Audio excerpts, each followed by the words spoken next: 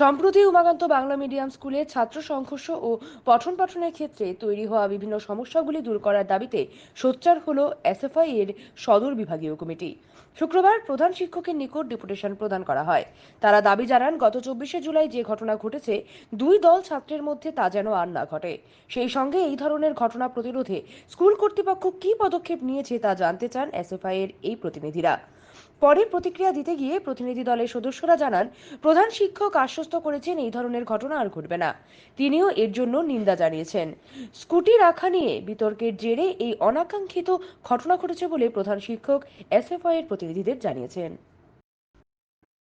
সদর বিভাগীয় কমিটি, আমাদের বিভাগীয় কমিটির একটি প্রতিনিধি দল আমরা আজকে উমাকান্ত বাংলা মিডিয়াম স্কুলে আমরা এসেছি এবং স্কুলের হেডমাস্টার বা প্রিন্সিপাল স্যারের সাথে আমরা দেখা করেছি।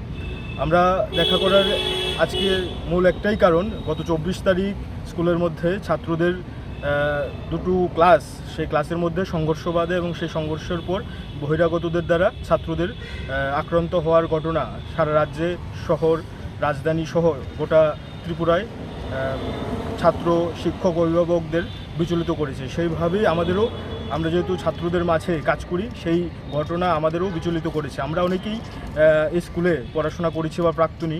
আমাদের রাজ্য এবং রাজ্যের বাইরেও এই স্কুলের প্রচুর মেধা রয়েছে যারা এই স্কুল থেকে পড়াশোনা করেছে। তারাও এই ঘটনা নিয়ে আমাদের কাছে জানতে চাইছিলেন যে কি হয়েছে ঘটনাটা, বা তদন্ত কী রকম হচ্ছে, স্কুলের অবস্থা কী।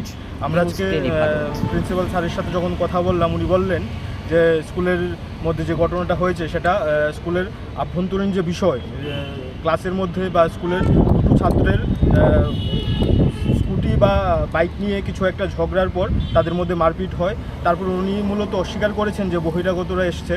উনি বললেন যে বহিরাগতরা স্কুলে প্রবেশ করেনি, স্কুলের বাইরে হয়তো বা বহিরাগতদের সাথে কিছু মারপিটের ঘটনা হয়েছে, এটা উনি অস্বীকার করেছেন। কিন্তু আমরা যখন জানতে চাইলাম যে এরপর স্কুলের তরফ থেকে কীরকম এটা প্রতিরোধ করার ক্ষেত্রে বা এই ঘটনা যাতে আবার না হয় তার জন্য স্কুল কি পদক্ষেপ গ্রহণ করেছেন, উনি বললেন যে গতকাল যারা এই ঘটনায় জড়িত ছিল তাদের অভিভাবক সহ তাদের সাথে স্কুলে এসে একটা আলোচনা করেছেন এবং তাদের এসডিএম সাহেবও স্কুলে মিটিং করে গেছেন বা আজকে হয়তো বা আবার এসছেন। এসএমসি কমিটি যারা আছেন তাদের সাথে নাকি মিটিং করেছেন। তো আমরা ওনার কাছে একটা কথা জানতে চাইলাম যে আগামী দিন যদি এরকম ঘটনা ঘটে তাহলে আপনার স্কুল বা আপনার তরফ থেকে কী পদক্ষেপ থাকবে। উনি আমাদের আশ্বস্ত করেছেন যে এরকম ঘটনা আর ঘটবে না।